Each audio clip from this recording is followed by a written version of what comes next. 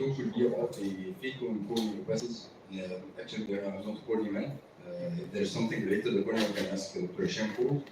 I have no financial disclosure, but it all starts in the brain. Everything starts in the brain. When you go for a patient with a corneal opacity and you're going to do fecal, you should ask yourself how you examine the patient, how you prepare your patient, and what you will do intraoperatively. It's all about the plan, not about the surgery. And like you have said, it's about the patient safety.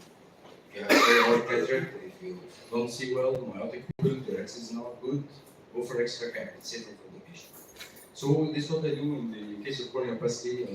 Proper examination is the key. Determining the level of the opacity, whether it's epithelial, stromal, endothelial, it's very important. If it's epithelial, I heard this long ago from Dr. Karima. Remove the epithelium, do your fake on the epithelium will grow again. But if you have visualization compromise, you will lose the patient, you may have drop nucleus, you may have vitreous loss, so never compromise. Second of all, the density of the opacity and its adherence to the underlying iris tissue, like I was saying in the cases of the Gaussian.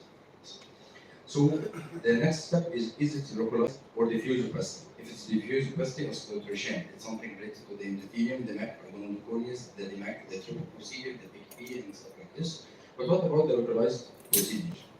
And the endothelial function. Speaker microscopy is best if you have a plot of the backbone or something like this, and consider the cataract lens like the prayers. This is my preparations. I like to have these things in my OR. Actually, I'm not telling you cannot do a case without this, but this is the preferred things to have it stained, to have microrhexis, and to have scissors for the iris if you have a double challenge with the opacity, and something related to the what I took at the end. It's about the technology.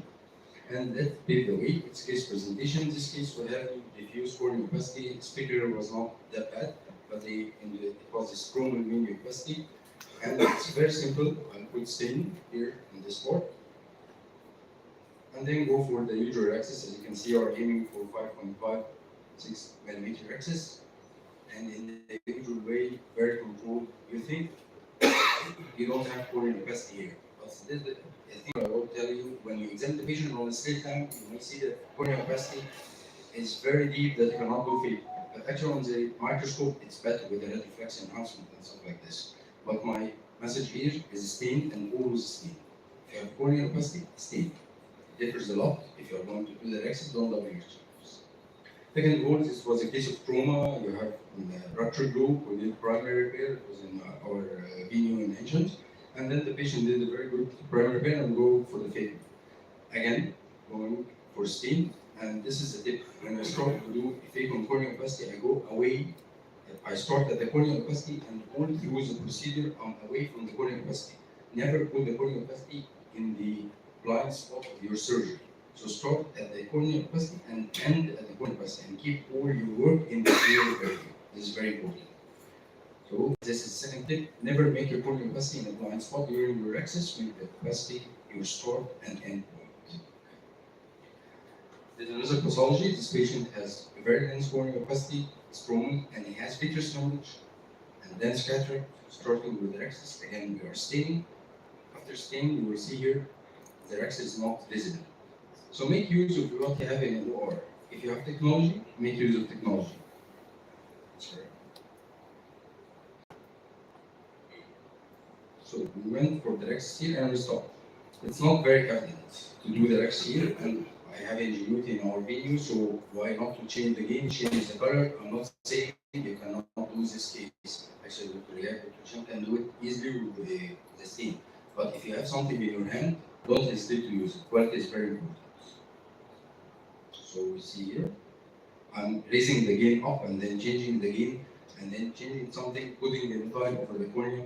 You will pay a lot for this, okay? But you can do the rhexis easy and you can see it now after changing the filters. Okay. So make use of your tools and digital enhancement may help.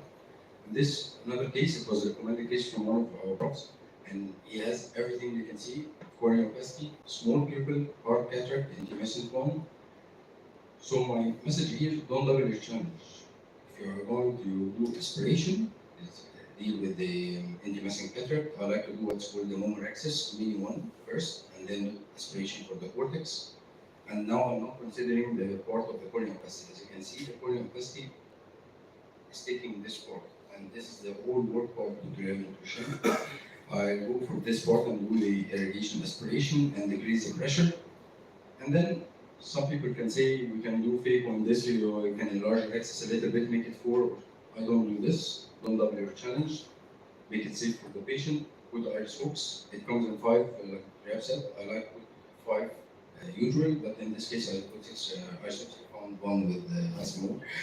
So I did put with 6, and then I enlarged the axis again, make it about 6 millimeters, and went for a usual fake case. It was easy with the stain, with dilating the pupil, so no compromise. Don't double your challenge and be safe.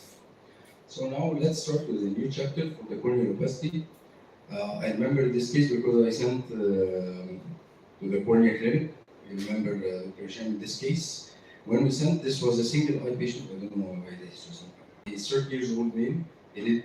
I had bilateral corneal ulcer and did the bilateral dense corneal opacity and did triple procedure on one eye and had 2 rejections and then a single eye. Now he's laughing for this because we sent the patient and told him go for the cornea clinic. They will do triple procedure there, and the patient refused totally. He said, I will not do a triple procedure, I will not have rejection.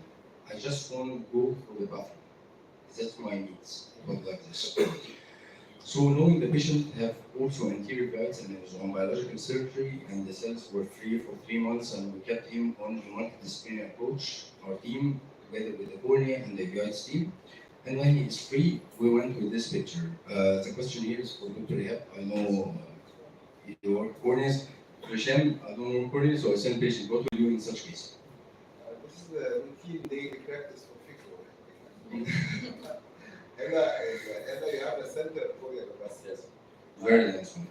يعني في كذا several points هنا. Usually the slit lamp delineation is better than the microscope. Sometimes when you judge on the slit lamp, it's not as good as when you judge on the microscope. But then basically the things that you will do is you need to dilate the pupil, do a microlysis, use your iris hooks, and then explore your chances. To do a large beyond the opacity access, where sometimes you work within the clear space. If you want to tilt the head of the patient, be able to see oblique through a clear part of the face if you want to see the favor. And thanks. Actually, I needed this answer from the cornea clinic, and I sent there, and they said it's for triple procedure, and they refused. And so managed the case. They sent back the patient because if any complication happened, job increase. But actually, what I did was like Dr. I examined the patient with slit lamp, and then my consideration was to dilate the pupil, and then go through this opacity. يمكن عندي حل ثالث ممكن. Yes, I know. I'm not that very experienced as Dr. Eb and you taking, but for me, a rotational graft may have ended the condition.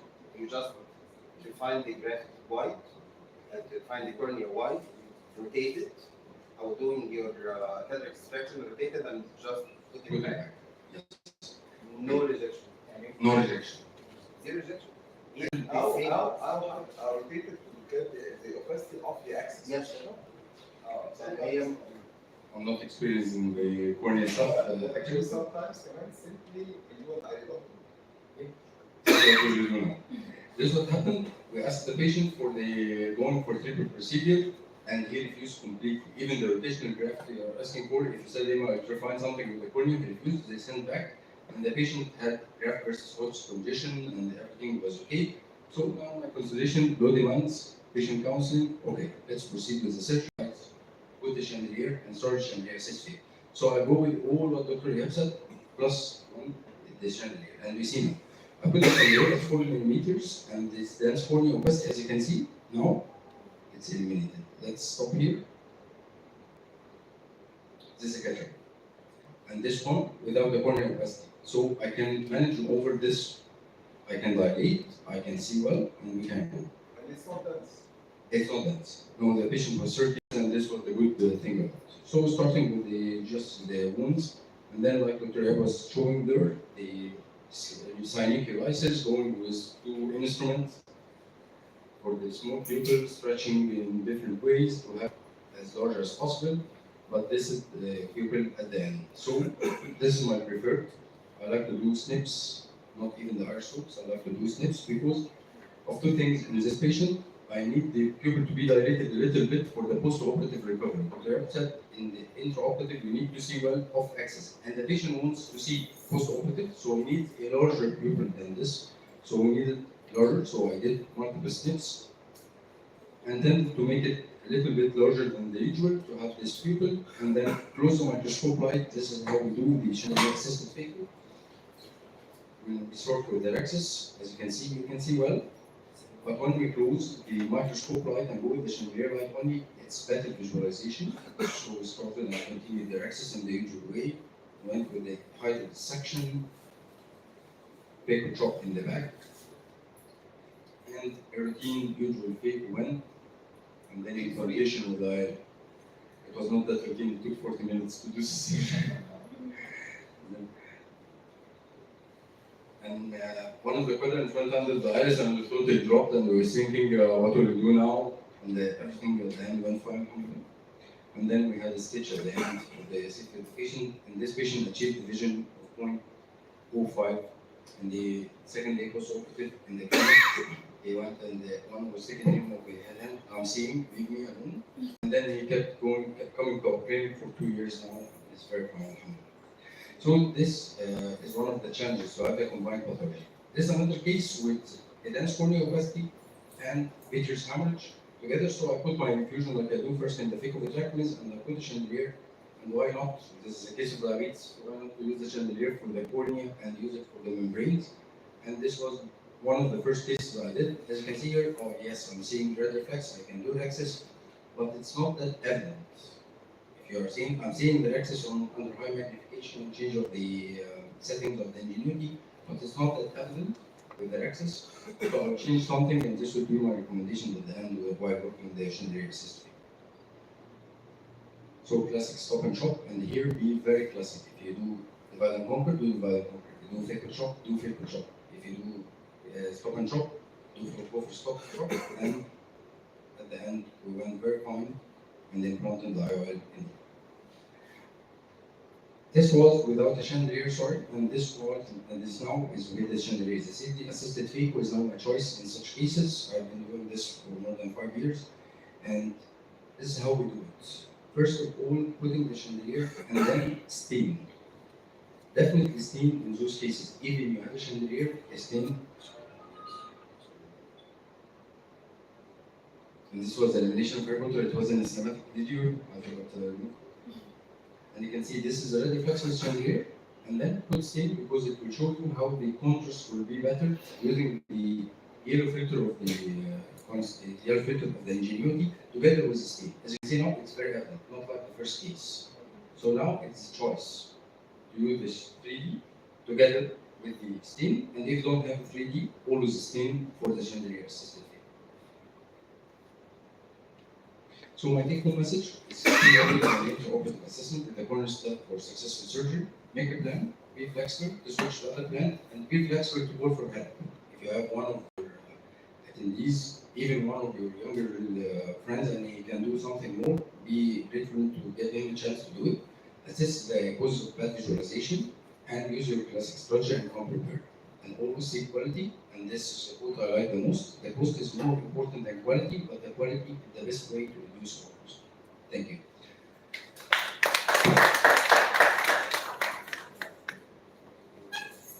Thank you, Dr. Ahmed. يعني هو we're raising several issues كده by the presentation.